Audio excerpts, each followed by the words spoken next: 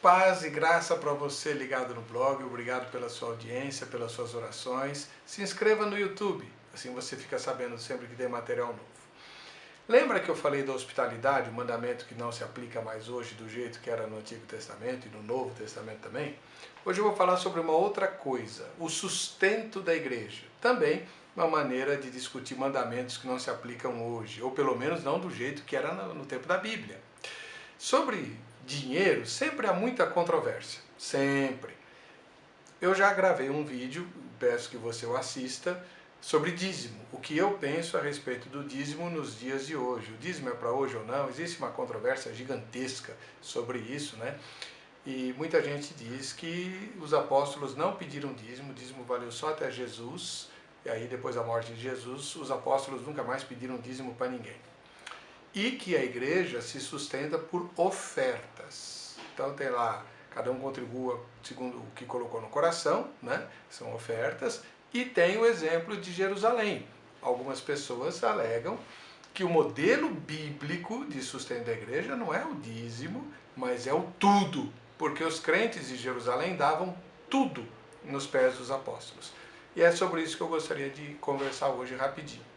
Lembrando sempre que eu falo com leigos, não com teólogos, né? Então, quando a gente lê os 8 primeiros capítulos do livro de Atos, a gente fica impressionado com a maneira como Deus fez a obra lá em Jerusalém. O Lucas, o autor de Atos, ele diz assim que era o coração e a alma daqueles crentes de Jerusalém. Que coisa maravilhosa!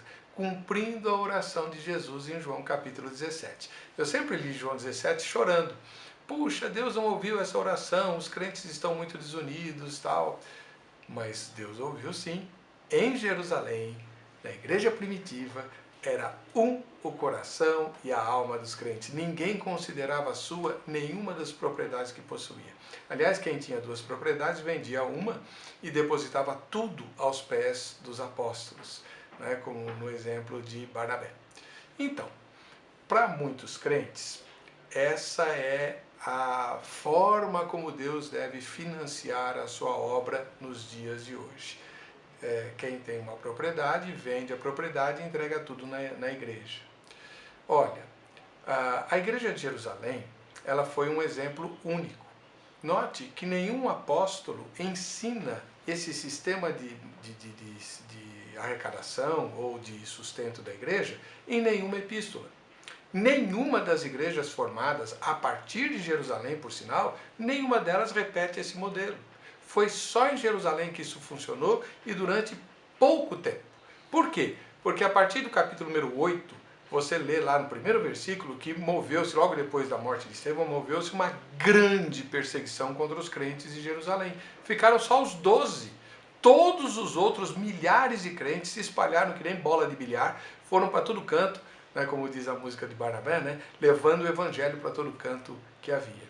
Ora, o Espírito Santo tinha pouco tempo, então, para preparar esses crentes e torná-los maduros na fé o suficiente para levar o evangelho, lembrando que nenhum deles tinha nenhuma página do Novo Testamento escrita. Eles só tinham o Antigo Testamento e os ensinamentos de Jesus transmitidos por via oral, pelos apóstolos. E foi assim que o evangelho começou a se expandir.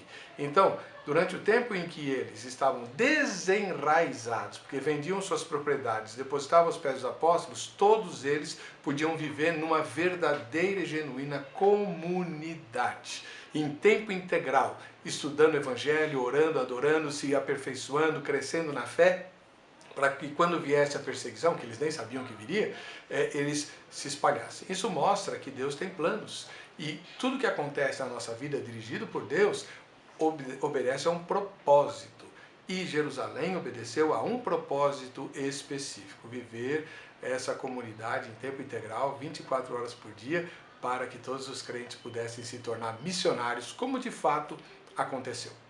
Hoje em dia, existem, inclusive no Brasil, denominações, igrejas, sei lá, organizações que convidam os crentes a fazer a mesma coisa. Ó, vende tudo que você tem e vem para cá, a gente tem uma chácara, uma fazenda, um terreno e nós vamos viver em comunidade aqui. Aí você vai trabalhar aqui, né, geralmente o trabalho braçal, e todos nós vamos viver numa comunidade como em Jerusalém. Não caia nesse golpe. Isso é golpe, isso não é apoiado pelas Escrituras, beira o estelionato. Se é que não é mais do que estelionato.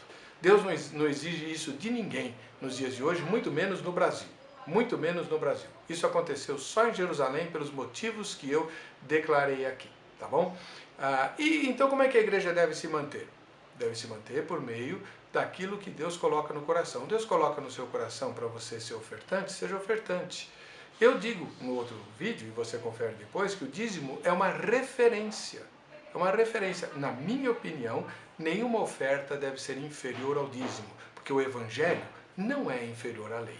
Muito pelo contrário. Agora, exigiu tudo, como eu já vi, eu tive 2 alunos que foram a uma certa igreja aí no bairro do Cambuci e voltaram a pé para casa 2 vezes de noite, porque o desafio era limpar a conta bancária, limpar a carteira, entregar tudo como desafio de fé. Isso é estelionato. Não faça isso. Deus não exige isso de ninguém. Coloque no gasofilácio o que Deus colocar no seu coração. Se Ele puser no seu coração de dar tudo, né, dê. Mas se não, não é porque o líder lá está pedindo, viu? Você entrega a sua oferta para adorar a Deus e para financiar a obra missionária. E só uma última palavra, eu já tratei disso num vídeo sobre os desigrejados. Se você quiser conferir, confira também, mas só um lembretinho.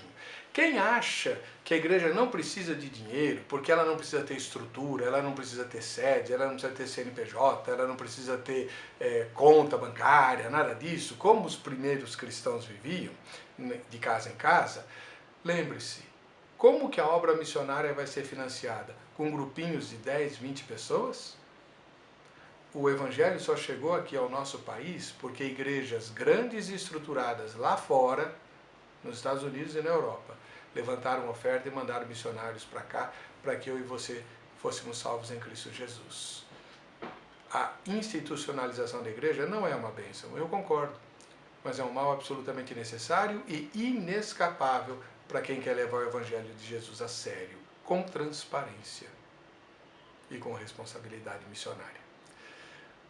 Mas, em outro vídeo, a gente vai tratar de como, então, o exemplo de Jerusalém pode ser aproveitado por nós hoje. Aquela comunidade de crentes não pode mais voltar a existir? Pode sim. Não em termos financeiros, mas em termos espirituais. Como? Aguarde o próximo vídeo.